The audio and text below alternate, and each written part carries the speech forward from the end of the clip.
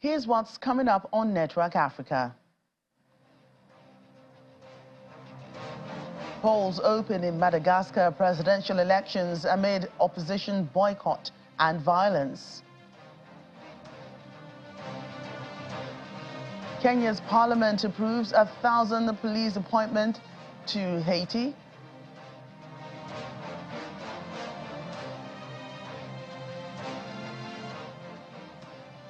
And South African President Cyril Ramaphosa refers Israel's government to the International Criminal Court over the war in Gaza.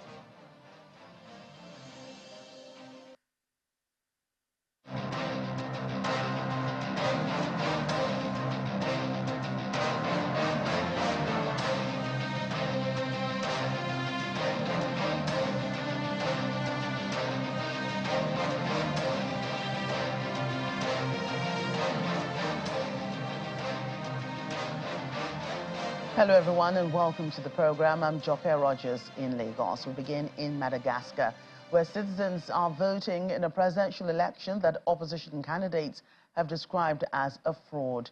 An overnight curfew was imposed on Wednesday ahead of the elections, but 10 out of 12 opposition candidates are boycotting the polls that has been marred by weeks of violent protests.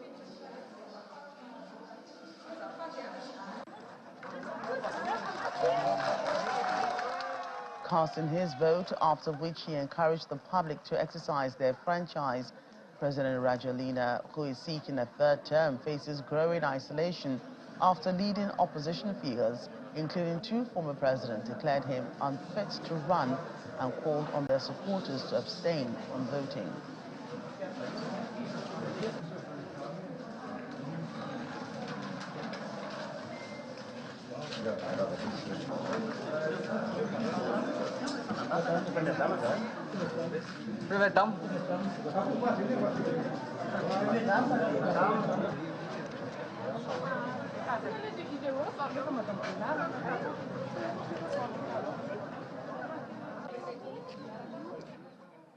The Economic Community of West African States, ECOWAS Selection Observer Mission, has expressed deep concern over alleged plans by political actors in Liberia to prematurely declare victory in the just concluded presidential runoff elections.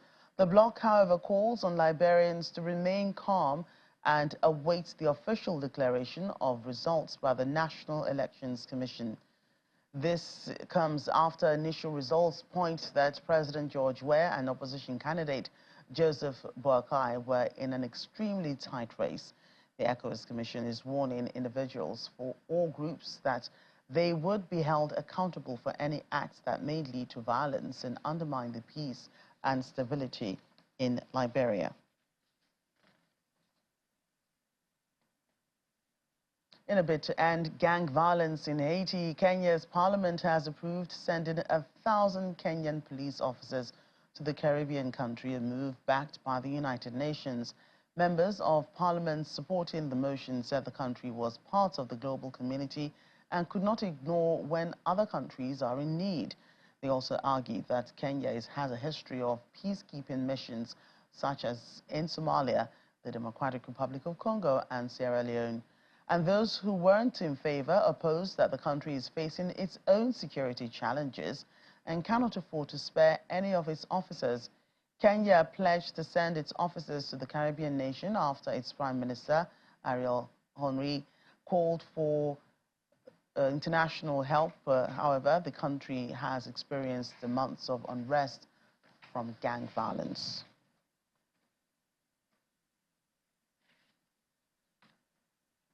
The Kenyan journalist Cyrus Ombati joins us now from Nairobi. Good to see you, Cyrus. Good to see you too. Good morning. Right, so if we help us understand further why Kenya has offered to lead a multinational force in Haiti. You know, the report did say that Kenya said, you know, it's part of the global community and, you know, it wants to help wherever it can. But as the opponents of this have said, Kenya is facing its own security problems and needs all the help that it too can get. So why this move by the Kenyan government? Well, the explanation has never come out so clearly on why Kenya was chosen to lead this operation. But we understand the U.S. government, which approached President Ruto to kind of help them to fight the gang in Haiti. Remember, initially there were reports that Canada was approached to lead the operation, but the Canadian government refused to do that. So that's when Kenya was kind of found to be the soft landing for Sanchi to lead this operation. They're giving explanation that Kenya has had a good experience in terms of leading the UN peacekeeping missions. I mean, that's from Sierra Leone, going to Liberia, going to DRC, now Somalia. So those are the excuses they are giving, that they have good experience to kind of lead such kind of operation in Haiti. Right, but we do know that no two countries are the same. While we do not live, in isolation, no country is an island, the issues in Kenya are different from the issues in Haiti. How will Kenya, the forces, hope to help solve this problem? Are they going to go through any additional training, orientation about the issues in Haiti before they finally land? Actually, as we are speaking, the training has ended. The guys the police officers who were supposed to go for the training, they went for a crash program. Kind of, they were being taken to training the various terrains. They were being trained a bit of kind of French to learn on how even to say hi in French. They were being trained on what they expect kind of gang violence. In Kenya, we also have slums which have some form of gangs which are violent in some areas. So according to those guys who went to for kind of a recognition in Haiti, they came and said that the challenges there are not unique to what we have here in Kenya. So they say they are ready and able to conquer the challenges that the Haitians are facing currently in terms of gang violence. So we hope that given that this guy, the policemen who are supposed to go, they have paramilitary training, they are going to be able to kind of fight over and be able to win the so-called crime in the area. Right, and many wonder if the cases of gang violence in Haiti has spun out of control, such that 1,000 Kenyan police officers had to be, deployed to the country. That's another issue people are raising here. Why deploy 1,000 officers? But they are saying it's not only Kenya which is donating police officers. We have other officers who are coming from the neighboring countries, Jamaica, Dominican Republic, even here in Ghana. Ghana said it was always going to send the officers there. So in total, we're going to have almost 2,000 officers who are going to join the entire UN peacekeeping mission, which is going to be sent there. And we understand that the team should be there by probably like the first week of December or late this month. So they are set to settle to Haiti. Right. I did say earlier that some of the MPs, in Kenya argue that, the country has its own security challenges to deal with. And how effective is Kenya handling deadly protests, crime and violence in the country? And you spoke of, Kenya also having its own fair share of, gang violence. So how is the police handling these security issues in its own home? It has been an issue, of course. There have been issues of human rights here, but then the officials are claiming that these are the team which is going to Haiti. They have been trained on how to handle human rights issues, violent protests, which have been actually raised even the UN level about before they were picked up. So I mean, everyone is giving an excuse on how they are able to handle the situation. But then it's a wait and see, because history is there to judge them and show that in the past they have been accused of being violent, they have been accused of being extrajudicial killers. So it's an issue of waiting and seeing what will happen now once they are there and how they face the situation on the ground.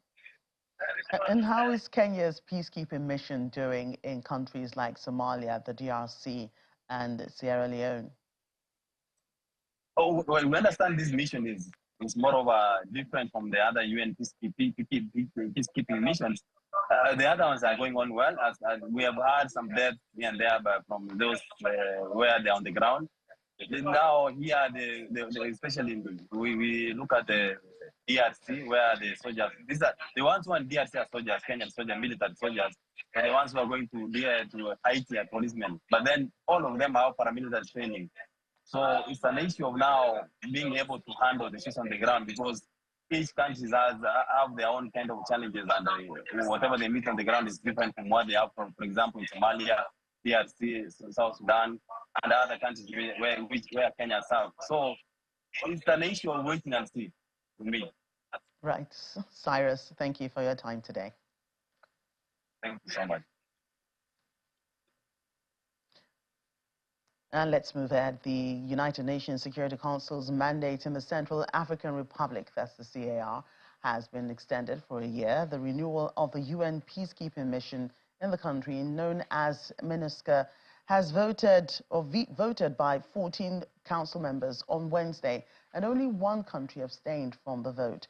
The council members urged MINUSCA to continue pushing for reconciliation and durable peace in the Central African country through political security and institutional means.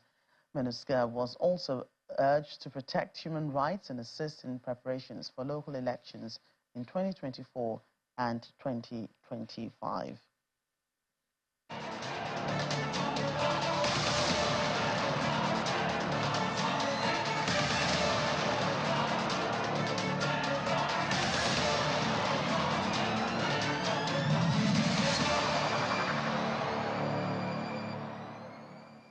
Let's turn our attention to a coverage of the Israel-Hamas war. South Africa's President Cyril Ramaphosa has submitted a referral to the International Criminal Court to probe allegations of alleged war crimes by Israel in Gaza. The president made an announcement to that effect during his two-day state visit to the Middle East, delivering his remarks from the city of Doha in Qatar. Over 11,000 people have been killed in Gaza since Hamas launched a surprise attack on Israel last month. These figures are according to the Hamas-run Palestinian Health Ministry, while the death toll in Israel stands at approximately 1,200.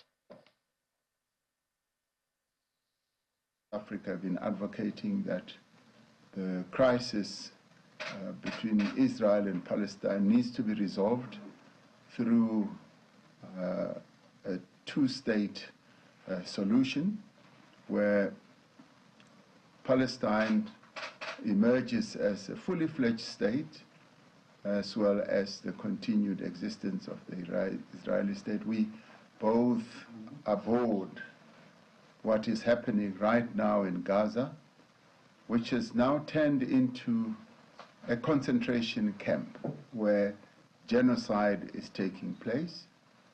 And we stated our position as South Africa very clearly, that we are opposed to the operations that is ongoing, particularly as it is now targeting hospitals where babies, women, and the injured are dying like flies, and where the care of life is just something that has been completely ignored and put aside.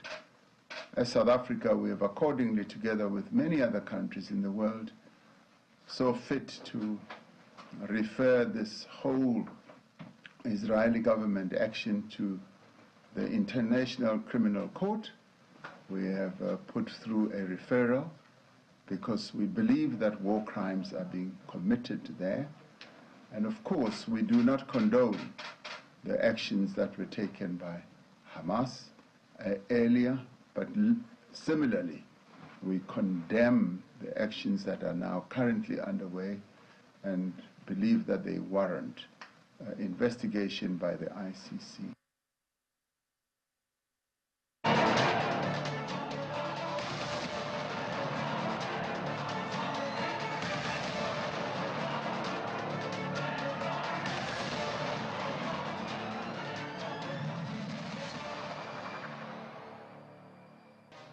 Welcome back to the program. British bank Standard Chartered will pay almost 43 million rands admission of guilt settlement to the Competition Commission for being part of local and international banks accused of manipulating the rand-dollar exchange rate between 2007 and 2013. In 2015, the Competition Commission launched a complaint against 28 financial institutions that stand accused of being part of an overarching foreign exchange rigging conspiracy. Efficient Group chief economist Dawi Roth believes that this will not have a long-term effect on the South African economy. It is extremely difficult to prove that a currency trader was involved in currency price manipulation.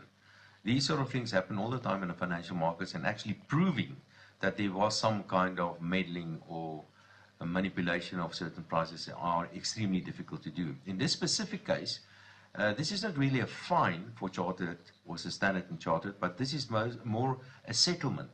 And I think what one should read into this is that Standard & Chartered paid money for the problem to go away.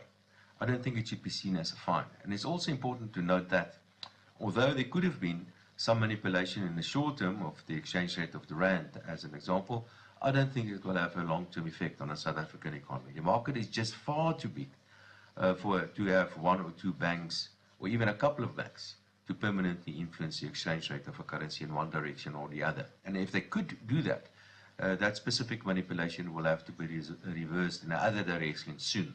So the net effect on prices of the exchange rate, for example, is unlikely to have a significant impact on the financial markets or on the South African economy over time.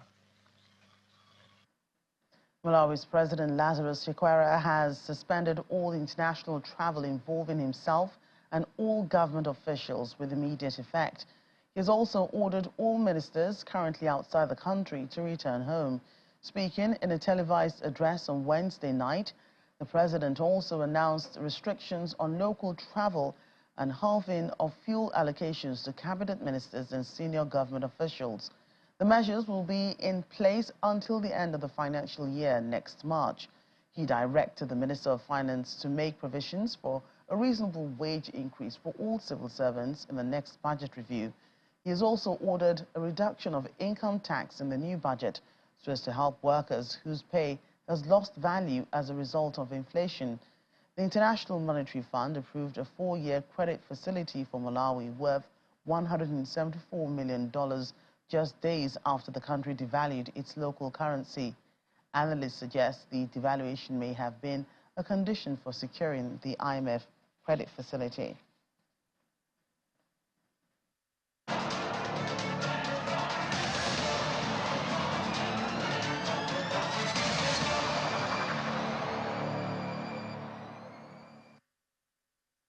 Now to the crisis in Sudan. Food aid for more than 500,000 refugees who have fled from Sudan to Chad is expected to run out if extra funding is not forthcoming. World Food Programme official Pierre Honorat says that this may happen as soon as next month. More than 540,000 refugees have crossed from Sudan into Chad since the war erupted 7 months ago between the Sudanese army and the paramilitary rapid support forces. Many have fled from West Darfur, where ethnically driven violence and mass killings erupted again this month in the state capital, pushing thousands more to flee. Sudan's conflict has also contributed to spreading hunger within the country. According to assessments by the UN, NGOs and other groups, more than 20 million out of a total population of 49 million in Sudan are also facing high levels of acute fuel insecurity. Thanks also to the donors who have already participated in this operation. But it's just to tell them that by December, there is no more assistance. We have no more. So we really need an urgent funding for this crisis. It's urgent because we need time to purchase the food, to bring the food on the site, to bring the food at the border, and to make sure the people will get at least a meal a day, at least a meal a day. We need $25 million every month to assist, to provide a meal a day to those roughly 800,000 people that we are trying to serve.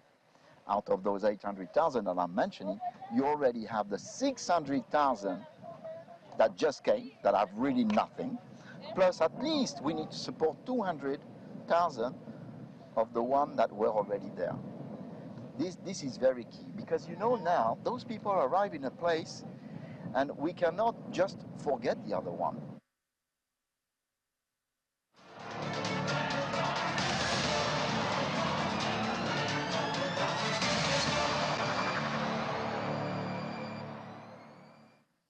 Over here in Nigeria, the Minister of Housing and Urban Development, Ahmed Dangiwa, has launched the Diaspora Housing Scheme Facility for Diaspora Access.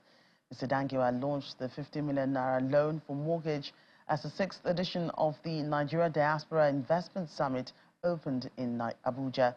The minister, who initiated the scheme while serving as the MD CEO of the Federal Mortgage Bank of Nigeria, described his position as a positive twist of fate.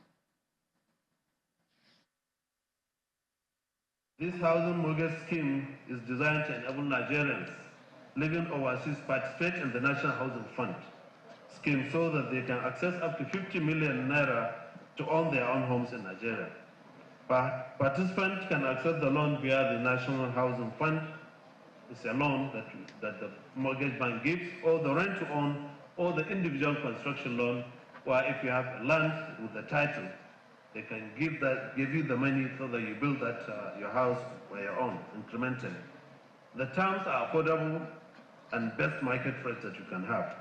This includes a single-digit interest rate of 9% and a payback period of 10 years. So as part of the initiative, the Federal Mortgage Bank of Nigeria will facilitate the construction of affordable housing units in major cities that meet the specification of Nigerians in diaspora. I will say that the FMBA is not the only agency under the Ministry of Housing and Urban Development. I'm happy that the MD of the Federal Housing Authority, who's an agency under the ministry also, they are delving into catering to the housing needs of diaspora. The FHA is also involved in part of the ministry's sector-wide sector efforts to cater for the diasporas. I just want to assure you that as Nigerians, we are the best in the world. We have everything. We have the human capital, which is our greatest asset, our greatest resource. We all need to join hands together. We all need to work together to build this great country of ours. We can criticize, no doubt about that. What are you doing to build your country? What am I doing to build my country? If we all work together, Nigerians at home and Nigerians in the diaspora, we have no excuses with poverty. We have no reason to even go over the world and be humiliated in some instances. So as we do this, let's just rest assured that there will be challenges, no doubt about that. And that's why we have our ministers here. There will be challenges, but we have to overcome those challenges. I know that it's not a bed of roses. I know that the complaints that we get in NITCOM, but we try to work at them, we try to resolve them. But the most important thing is that we have to build this country together. Well, I'm afraid that's where we end the program today. Thank you so much for watching. I'm Joke Rogers.